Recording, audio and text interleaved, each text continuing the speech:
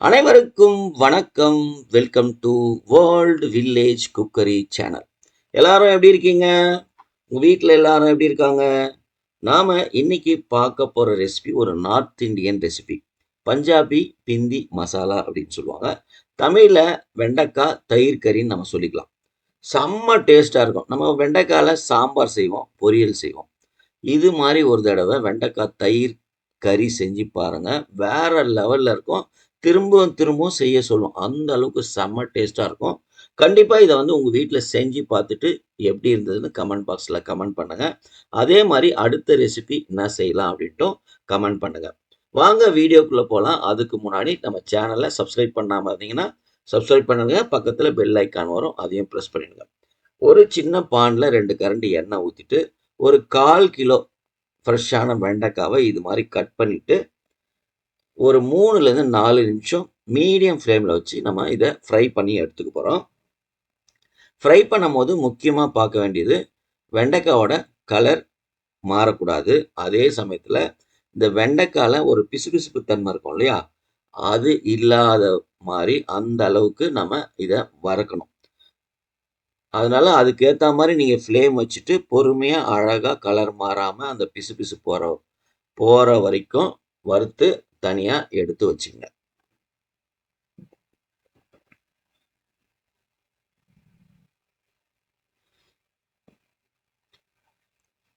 அதே பான்ல அடுப்புல வச்சுட்டு ஒரு 3 ஸ்பூன் எண்ணெய் ஊத்திக்கங்க. 1/2 ஸ்பூன் ஜீரகம், ஒரு பெரிய வெங்காயம் கட் பண்ணி வச்சிருக்கோம். அதையும் இதோட சேர்த்துக்கலாம். கொஞ்சம் போல கருவேப்பிலை சேர்த்துக்கலாம். ஒரு 4 நிமிஷத்துக்கு வெங்காயத்த நல்லா வதக்கிக்கிறோம்.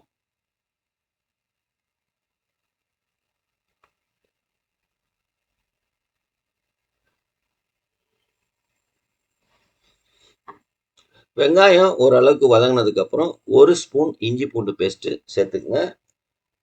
இஞ்சி பூண்டு பேஸ்ட்டோட பச்சை வாசனை போற வரைக்கும் கொஞ்சம் ஃப்ரை பண்ணிக்கலாம்.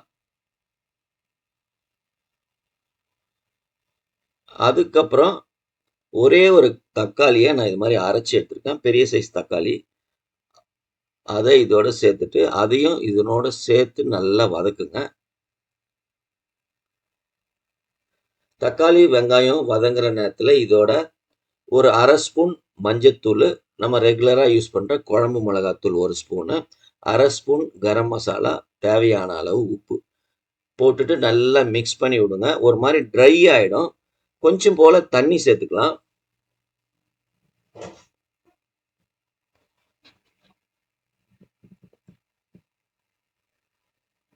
தண்ணி சேர்த்துட்டு நல்லா மிக்ஸ் பண்ணிட்டு, மூடி வச்சு ஒரு 3 நிமிஷத்துக்கு இந்த மசாலாவ வேக வைக்கலாம்.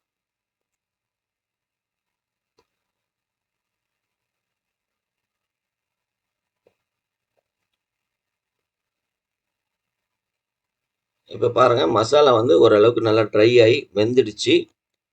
இத நல்லா ஒரு தடவ மிக்ஸ் பண்ணி விட்டுட்டு, நல்ல ஒரு கெட்டி தயிர், ஒரு 50 எம்எல் கெட்டி தயிர் எடுத்துங்க. அத வந்து இதோட சேர்த்துக்கலாம். சேர்த்துட்டு நல்லா மிக்ஸ் பண்ணணும். திரி திரியா ஆவாத அளவுக்கு. ஏன்னா சூட்ல தயிர் போட்ட உடனே ஒரு மாரி திரி திரியா ஆயிடும். அதனால அது மாரி ஆவாத அளவுக்கு நல்லா மிக்ஸ் பண்ணி விடணும். இதுல போட்டிருக்க குழம்பு மிளகாய்த்தூள், கரம் மசாலா எப்படி அரைக்கிறதுன்னு நான் ஏற்கனவே வீடியோ போட்டிருக்கேன். அத பார்த்துங்க. தேவைப்பட்டா கொஞ்சம் போல தண்ணி சேர்த்துங்க. நல்லா மிக்ஸ் பண்ணிடுங்க. திரும்பவும் இத என்ன பண்ண போறோம்னா, ஒரு 2 நிமிஷத்துக்கு மூடி வச்சு வேக வைக்க போறோம். 2 நிமிஷம் ஆயிடுச்சு. பாருங்க எண்ணெய்லாம் கூட நல்லா பிரிஞ்சு வந்துச்சு. சூப்பரான வாசனை. இப்ப நம்ம வறுத்து வச்சிருக்க வெண்டைக்காவ இதோட சேர்த்துற வேண்டியதுதான். சேர்த்துட்டு நல்லா மிக்ஸ் பண்ணுங்க. ஒரே 1 நிமிஷம், 1 1/2 நிமிஷம் இதோட மிக்ஸ் பண்ணிட்டு ஃப்ரை பண்ணீங்கன்னா போதும். நல்லா மிக்ஸ் பண்ணி விடணும். பார்க்கவே எவ்வளோ கலர்ஃபுல்லா இருக்குல்ல. நாக்குல ஜலம் கொட்டுது. அவ்வளோ டேஸ்ட்டா இருக்குங்க. ஒரு தடவ கண்டிப்பா உங்க வீட்ல செஞ்சீங்க அப்படின்னா, உங்க வீட்ல இருக்கவங்க எல்லாருமே திரும்ப, திரும்ப, திரும்ப இத செய்ய சொல்லுவாங்க. இப்ப பாருங்க இது மாரி நல்லா மிக்ஸ் பண்ணதுக்கப்புறம், கடைசியா கொஞ்சம் போல கசூரி மெத்தி உங்க வீட்ல இருந்ததுன்னா, கசூரி மெத்தி கொஞ்சம் நல்லா நசுக்கி சேர்த்துங்க.